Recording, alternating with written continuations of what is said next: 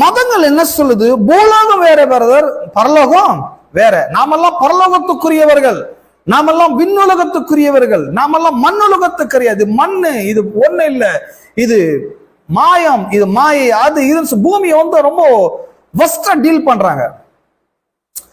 ஆனா கடவுள் பாருங்க, சிலுவையில இந்த ரத்தம் சிந்தி என்ன பண்ணாரு?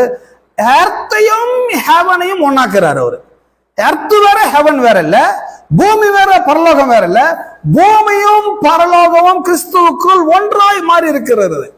ஆமென். எல்லாம் பூமியும் பரலோகமும் யாவையும் அவர் மூலமாய் தமக்கு ஒப்புரவாக்கி அவருக்கு பிரியமாயிடுச்சு. அவர் கடவுளுக்கு ஒரு பிரியம் பாருங்க.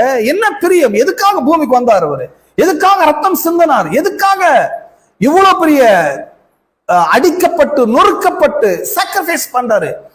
இவ்வளவு பெரிய வேலை பார்க்கிறாருன்னா அப்போ ஏதோ பிளான் இருக்குது அவர்கிட்ட. என்ன பிளான் சொன்னா, ஹெவன் நல்லா இருக்குது, பூமி மோசமா இருக்குது. ப்ரீவியஸ் டைம்ல பரலோக ராஜ்யம் சந்தோஷமா இருக்குது, சமாதானமா இருக்குது, நிம்மதியா இருக்குது. அங்க அழுகை இல்ல, அங்க சஞ்சலம் இல்ல, அங்க தவிப்பு இல்ல, எல்லாருக்கும் எல்லாம் இருக்கிறது. ஆனா கொஞ்சம் பூமியை நோக்கி பார்த்தா பூமியில தான் சஞ்சலம், தவிப்பு, கஷ்டம், எல்லா வகையான போராட்டங்கள், எல்லா வகையான இழப்புகள், பூமி நரக வேதனையா இருக்குது. சோ கடவுள் பார்க்கிற, நான் படைச்ச இந்த உலகம், நான் படைத்த இந்த பூமி இவ்வளவு மோசமா இருக்குது. இந்த பூமி பரலோகமா என்ன பண்ணணும்? மாறணும்.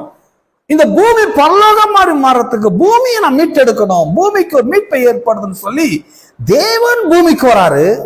தேவன் பூமியிலே அவர் ரத்தம் சிந்தி பூமியை மீட்டெடுக்கிறாரு.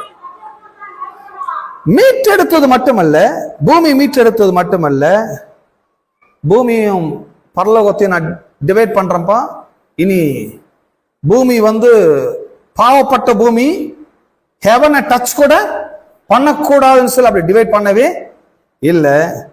பூமியும் பரலோகத்தையும் தமக்குள்ள ஒப்புரவாக்குகிறார். இப்ப ஹெவன் அண்ட் எர்த் கிறிஸ்துவுக்குள்ள இருக்கிறது. பரலோகமும் பூலோகம் எல்லாம், பரலோகமும் பூலோகமும் அவர் மூலமாய் தமக்கு ஒப்புரவாக்கி கொள்ளும், அவருக்கு பிரியமேற்ற. அதான் கடவுளுடைய விருப்பம். பூமி பரலோகம் மாதிரி மாறணும், பூமி சொர்க்கம் மாதிரி இருக்கணும், பூமி ஆசீர்வாதமா இருக்கணும். ஏன்னா அவர் கிரியேட் பண்ண பூமி கெட்டு போறது அவருக்கு பிரியம் கிடையாது. ஆனா அவர் கிரியேட் பண்ணப்பட்ட பூமி நல்லா இருப்பது அவருக்கு ரொம்ப பிரியமா இருக்கிறது. அப்போ கடவுளுடைய அசைன்மெண்ட் எதை பற்றியதாக இருக்குதுன்னா பூமியை பற்றியதாகவே இருக்குது.